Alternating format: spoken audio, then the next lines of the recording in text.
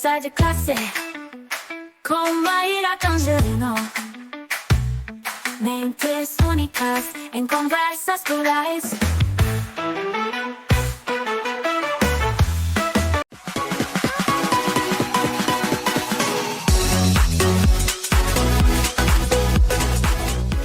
Olá, pessoal! Boas-vindas a mais um episódio do Conversa de Classe. E vocês sabem que aqui nós exploramos as questões mais profundas e transformadoras da educação. E hoje eu estou trazendo aqui um tema que ele é recorrente aqui no programa, primeiro porque eu acredito, né, que ele é importante, e como todos os convidadas que vieram falar desse tema dizem, né, ele literalmente molda aquilo que a gente chama de futuro, né, que é a importância da primeira infância. E para essa conversa eu tenho a honra de ter aqui uma convidada muito especial. Ela é pedagoga, ela tem uma formação sólida e um trabalho apaixonante em prol de uma pedagogia mais humanizada e da educação infantil, que é a Janu Cristino. Gente, eu conheci a Janu lá na época da pandemia, né? E ela bombava mesmo falando de acolhida, mas não só por conta da pandemia. Eu achei muito lindo, né?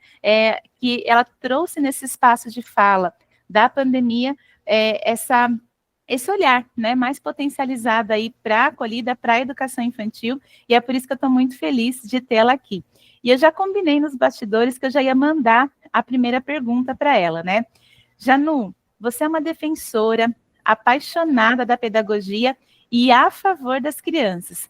Eu gostaria de saber, na sua experiência, quais são os maiores equívocos que ainda persistem na forma como entendemos a primeira infância e como que eles podem impactar a formação de professores e pais. Janu Cristino, com muita honra, com muita alegria, seja bem-vinda ao Conversa de Classe. Muito obrigada, Maíra, pelo convite. Estou muito feliz de estar aqui junto com você e junto com tantos aí, tantas pessoas, né? Tanto profissionais das infâncias, quanto famílias que estão diretamente também com os bebês ou com as crianças, ou até mesmo com os jovens que participam ativamente aí do Conversa de Classe. Então, muito obrigada pelo convite e pela oportunidade da gente conversar sobre especificamente a primeira infância, né? E para começar respondendo aí essa pergunta que você traz, essa questão de como que a gente vai articulando esses adultos que estão com as crianças, né, sobre de fato a importância desse desenvolvimento inicial, desses primeiros anos de vida, e de como a gente vai levantando consciência para eles, né? Eu acho que são dois ambientes muito fundamentais para esse ser humano, que acaba de chegar ao mundo. Na primeira infância, especificamente, o ambiente predominante sem dúvida nenhuma, a família, né? Então, é um ambiente aí que também é o grande ambiente de laboratório social, né? Que também está formando, que também está estruturando esse ser humano. E a gente sabe que atualmente, cada vez mais cedo, as crianças estão nas escolas, né? Então elas frequentam a educação infantil, de fato, cada vez mais cedo. Eu sou de uma geração, por exemplo, que eu comecei a frequentar a educação infantil no final dela, né? Por volta dos 4, 5 anos de vida, porque até então eu não tinha tido a oportunidade de ir até a escola. Acredito que nem se pensava sobre isso, né? E fui porque a minha irmã mais velha foi, mais ou menos por isso, porque ela já estava entrando quase no processo de alfabetização, e aí realmente teria que ir para a escola, e aí a minha mãe acabou também me matriculando. Mas, enfim, a gente sabe que em função de diversos contextos, diversas justificativas, as crianças estão cada vez mais cedo nas escolas. E muitas vezes as crianças estão nas escolas, elas não estão apenas durante 4 horas, elas ficam durante muitas vezes 8, 10, dependendo da situação, algumas crianças ficam até 11, 12 horas aí nesse ambiente escolar. Então, a escola e a família são dois ambientes que se articulam, que se encontram, em diversas situações e que têm essa responsabilidade de, sim, serem ambientes estruturantes, formadores. Então, quando a gente olha para a educação infantil, e especificamente para a primeira infância, a gente fala que esses primeiros anos de vida são anos que são os nossos alicerces. Então, quando a gente vai procurar uma casa, alugar ou comprar uma casa ou um apartamento, a gente sabe que o alicerce está ali, né? Que é o que vai sustentar aquele edifício ou aquela casa. Muitas vezes a gente não presta tanta atenção assim no alicerce, mas a gente sabe que o alicerce está ali presente, que está realmente sustentando todo aquele edifício. E quando a gente faz essa analogia, a gente tem uma ideia do que é essa primeira infância, que de fato é esse alicerce, essa estrutura em que está se fundando esse ser humano, né? Que está se formando esse ser humano. Então, durante os primeiros anos de vida, as crianças vivem experiências extremamente intensas, importantes, que impulsionam esse desenvolvimento e que também influenciam esse desenvolvimento de uma forma integral. Quando eu estou falando de desenvolvimento, estou falando de todos os aspectos aí do ser humano, né? Então, tem uma estruturação de corpo, porque o nosso corpo não nasce completamente formado, e essa estruturação de corpo depende também do ambiente que essa criança está inserida, está fazendo parte. Tem uma descoberta de si, das suas próprias capacidades, das suas próprias competências, das suas dificuldades, dos seus próprios limites. Então, essa descoberta de si, que tem muito a ver com o desenvolvimento psíquico, né? Também é influenciado por esse ambiente, e esse ambiente é oferecido pelos adultos, tanto dentro da família, quanto dentro da escola. Janu, eu estava aqui te ouvindo, né? E lembrando de como é gostoso te ouvir. E você ativou aqui uma memória em mim que, em algumas formações, né, como professores e professoras, a gente faz esse exercício da gente retomar como foi a infância, né, que eles tiveram e como é a infância de hoje em dia. E é muito interessante, assim, o choque de realidade, né, das professoras, dos professores de entenderem que sim, a gente está falando, né, de infâncias que vão tendo significados diferentes ao longo do tempo e que está tudo bem, né? A história é isso, né? E vida é isso também. Mas como é importante a gente refletir, né? Qual é o significado, né, dessas experiências? E você tem uma ligação muito forte com a abordagem Pickler e também com a pedagogia Waldorf, né? Eu estou falando aqui de referências. Acho que é importante a gente entender assim, ó, como que esses universos eles dialogam com a prática e de que maneira que você acha que eles podem contribuir para que o adulto enxergue a criança como um ser integral, como um ser ativo no processo de desenvolvimento? Essas duas pedagogias, né, especificamente, que são pedagogias participativas, que colocam a criança aí no centro desses processos de aprendizagem, e também levam em consideração a importância desses adultos, são pedagogias que levam em consideração a integralidade do ser humano. Então, quando a gente está falando de pedagogia picleriana, quando nós estamos falando de pedagogia Waldorf, a gente está falando de pedagogias que levam em consideração os diversos aspectos que formam o ser humano. Então, a gente não está falando de uma pedagogia transmissiva, cujo foco, por exemplo, é apenas na inteligência desse conhecimento herdado por nós, enquanto seres humanos, de geração para geração. A gente está falando de um saber que está não somente relacionado à inteligência, à cognição, mas de um saber que está relacionado ao corpo, ao movimento, às linguagens artísticas, a diversos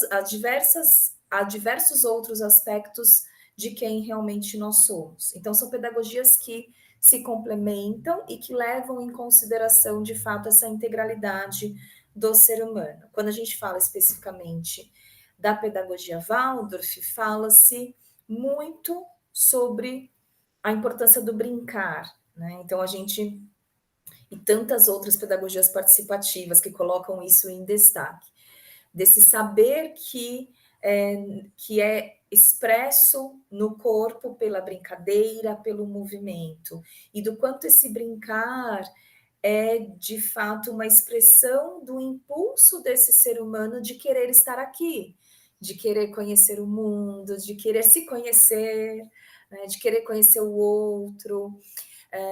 E para isso ser fortalecida, essa vontade, esse impulso, esse bebê ou essa criança precisam estar inseridos em contextos que favorecem a brincadeira, porque a brincadeira é a linguagem da infância, né? Então, quando a gente olha para um bebê ou a gente olha para uma criança, a gente vê naturalmente eles interagindo com o mundo pela brincadeira, com o corpo, pelo movimento, interagindo não só com o mundo, mas com os outros também, consigo mesmo, né? A forma da criança estar e ser é na brincadeira, é pela brincadeira. Então, a pedagogia Waldorf valoriza muito isso, até por conta de uma linha de pensamento bastante forte, desse movimento ser ali o adubo para o pensamento, né?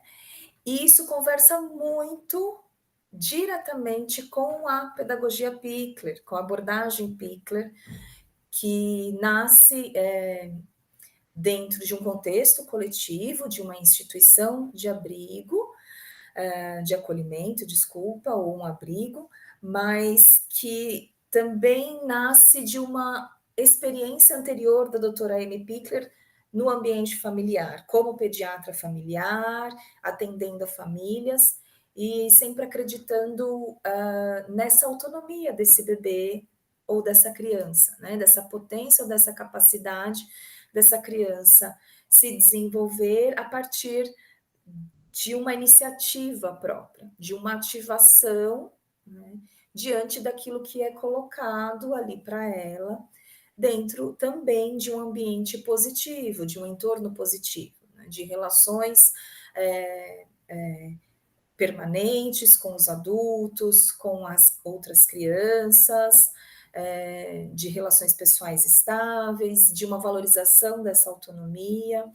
Então, a abordagem Pickler, ela nasce muito com esse olhar específico mesmo para o desenvolvimento motor e para uma capacidade humana de conquistar o próprio corpo por si mesmo, a partir de um interesse e também de uma vontade de conhecer o mundo e de se conhecer. Então, elas se conversam demais, tanto a pedagogia Waldorf quanto a abordagem Pickler no que diz respeito ao desenvolvimento integral aí desse ser humano. A Waldorf, ela tem especificamente um olhar um pouco mais ampliado, que ela leva em consideração a questão espiritual do ser humano, que a gente sabe. A abordagem Pickler não olha para isso, mas existe essa conversa muito nítida de uma valorização do movimento, da iniciativa, da autonomia, até porque a própria doutora Amy Pickler, ela duvidava muito de um bebê que se tornava ativo somente a partir da ação do adulto, né? Ela falava, não acredito nessa ideia desse bebê. Eu acredito na ideia de um bebê que já tem uma atividade, que já é ativo desde o primeiro momento que ele chega ao mundo, né? Tanto é que nos estudos da própria abordagem a gente vê nitidamente isso sendo valorizado, como, por exemplo, esse bebê que consegue fixar o olhar. Então, ele já está dizendo coisas sobre essa autonomia, sobre essa a capacidade de se ativar, de interagir com o mundo. E, Janu, a gente tem um público aqui, né, no Conversa de Classe, de muitos docentes que acompanham o programa, e também de muitos graduandos, né, pessoas que ainda vão ocupar esses lugares aí no mercado de trabalho de forma geral, mas principalmente aí na escola, né. Aí você me corrige, tá, se eu estiver errada, mas quando eu te ouço falar sobre as abordagens, né, sobre esse olhar para a infância, a gente também está falando um pouquinho desse mundo que valoriza o aprendizado como processo, né? E que não tem pressa, né? Exatamente porque a gente está falando de processos aí que são da vida. Eu queria te perguntar, né? Como que você orienta professores, professoras e famílias para desacelerar e respeitar esse ritmo único aí de cada criança, principalmente aí nos primeiros anos de vida? Ai, Maíra, esse é o maior desafio nosso, assim, atualmente, porque nós estamos acelerados, nós estamos constantemente apressados, a gente está sempre perdendo os tempos, nunca tem tempo para nada, né? Nunca tem tempo para fazer algo que a gente realmente gostaria de fazer, e a gente automaticamente insere as crianças dentro desse ambiente acelerado. Então, é muito desafiador para o adulto, especialmente um adulto que já tem muito enraizado nele conceitos ou crenças de que esse bebê ou essa criança precisam ser estimulados, ou de que esse bebê ou essa criança, se eu não introjetar um conteúdo neles, se eu não ensinar, eles não vão aprender, eles não estão aprendendo. Então, é um adulto que desconhece uma outra linha de pensamento, é um adulto que desconhece que existe um saber expresso no movimento, expresso no brincar. Então, é importante que esse adulto ele comece aos poucos se desconstruindo, né? Eu acho que é um processo que também demanda muito de uma atitude interna dessa pessoa. Se realmente ela se identifica com aquilo que está sendo apresentado. Essas pedagogias, a gente sabe, a gente não está falando só de pedagogias que nasceram lá na Europa, a gente está falando de pedagogias que conversam com os documentos mandatórios do nosso próprio país. Né? Então, não é só algo que está acontecendo lá fora, mas é algo que a gente pode se inspirar e colocar em prática dentro das nossas próprias escolas, levando em consideração as nossas realidades. Então, se eu estou olhando atualmente para uma criança que é capaz, que é potente, que é capaz de se ativar, de iniciar esses processos de aprendizagem, de dar continuidade a eles, né, e dar notícias para esse professor que está acompanhando esse processo de como alimentar isso cada vez mais. Então, eu estou falando também de um adulto que está se colocando num outro lugar, né? Não num lugar de só transmitir o conhecimento, mas um adulto que está acompanhando esses processos, que está aprendendo com essa criança e que está pensando sobre possibilidades dela, também dela avançar, né? Então, é um adulto que precisa estudar, que precisa estar em constante movimento de reflexão da própria prática, que precisa observar muito as crianças brincando, se movimentando, e que precisa conseguir, aos poucos, identificar o que está acontecendo ali, para dar continuidade especificamente a essas experiências, para complexificar essas experiências, porque as crianças elas estão em desenvolvimento, né? Então, elas estão também trazendo novidades para nós. E a gente vai alimentando essas experiências. É um professor que não somente a partir do estudo amplia essa consciência, mas que também está o tempo todo pensando sobre essa atitude dele. Né? Eu acho que a pedagogia Waldorf ela traz muito o conceito da autoeducação, que não existe, na verdade, uma educação, existe sempre um processo autoeducativo, existe sempre presente uma autoeducação. Essa autoeducação se aplica às crianças e também se aplica aos adultos. Né? Então, conforme esse professor ou esse adulto vai também tomando consciência de todas essas experiências e de que essa criança não vai viver essa infância durante toda a vida dela, né, que ela vai crescer, que ela vai se desenvolver, talvez esse adulto comece a pensar que, opa, tem algo de muito valor sendo vivido aqui. Ele vai ter a vida toda para entrar em contato com determinados conhecimentos, mas não é agora especificamente que isso precisa ou deve acontecer, né? Então, isso é tão difícil, não somente dentro das escolas, quanto dentro das famílias, porque existe uma sociedade como um todo muito marcada pela pressa, pelo consumismo, pela competição. Então, o meu filho ou minha filha sabem mais porque estão numa escola bilíngue, que tem aula de balé, que tem aula de capoeira, que tem aula de jiu-jitsu, que tem aula de karatê, entende? E aí a gente vai apressando esses processos e vai, inclusive, tornando esse ser humano cada vez mais cansado. Vai chegar lá no primeiro ano do fundamental, essa criança já não está aguentando mais estar na escola, né? Porque ela está vivendo atividades extracurriculares muito intensas, ela está tendo uma agenda mais complicada ou mais atarefada do que, por exemplo, um adulto. Então, vai de fato cansando e a gente vai desfavorecendo ou enfraquecendo esse impulso que eu falei lá no comecinho da nossa conversa, que é expresso no brincar, que essa vontade de querer estar aqui mesmo, sabe? Essa vontade de querer conhecer o mundo.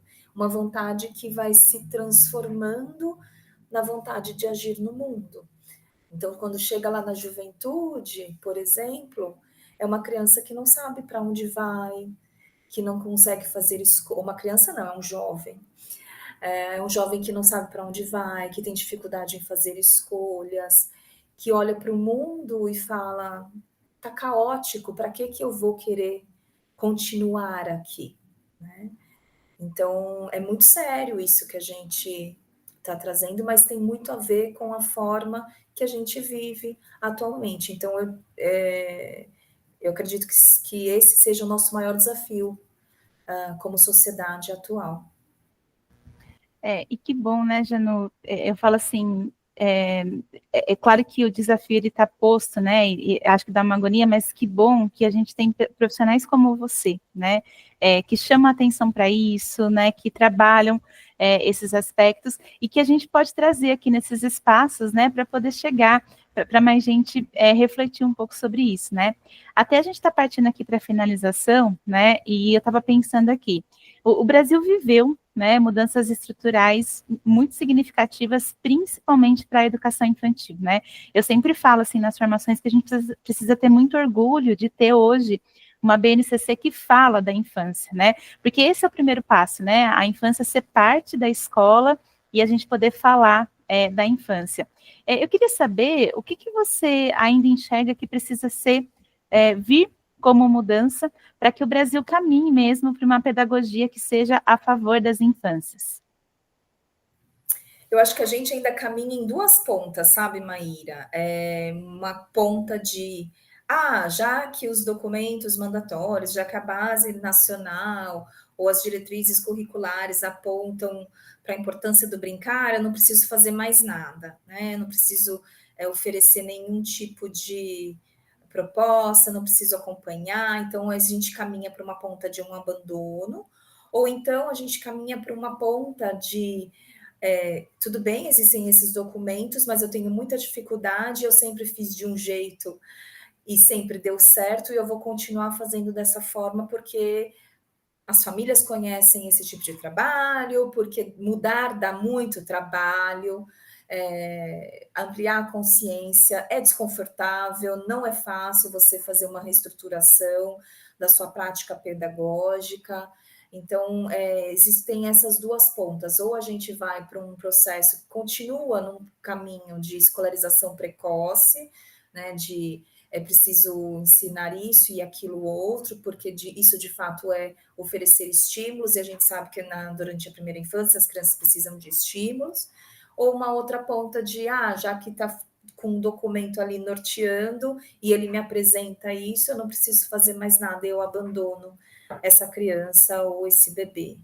E essas duas pontas são muito perigosas, né? São muito perigosas, por diversas razões, mas em nenhum momento o brincar tem a ver com o abandono, e em nenhum momento o brincar ele pode ser colocado como algo de menor valor do que um conteúdo específico aí conquistado pela humanidade, até porque quando a criança brinca, ela aprende um determinado conteúdo, ou ela desenvolve um determinado conceito, né? Então, acho que essas são as duas maiores dificuldades dentro das escolas, especificamente. Janu, que leitura grandiosa, né? Gostaria de te agradecer muito mesmo. Obrigada pela sua generosidade, por disponibilizar o tempo de estar aqui com a gente. E quero saber se você quer deixar uma mensagem de finalização aqui para o pessoal. Eu quero deixar um obrigada mais uma vez. Eu amei participar da conversa de classe. Foi um prazer mesmo, viu, Maíra? Participar, estar com você, respondendo a essas perguntas. Não foram perguntas fáceis, e eu espero vocês também lá no meu Instagram.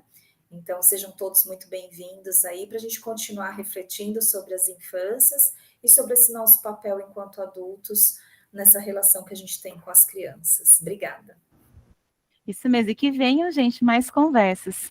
Bom, pessoal, muito obrigada e a gente se vê no próximo Conversa de Classe. Até mais.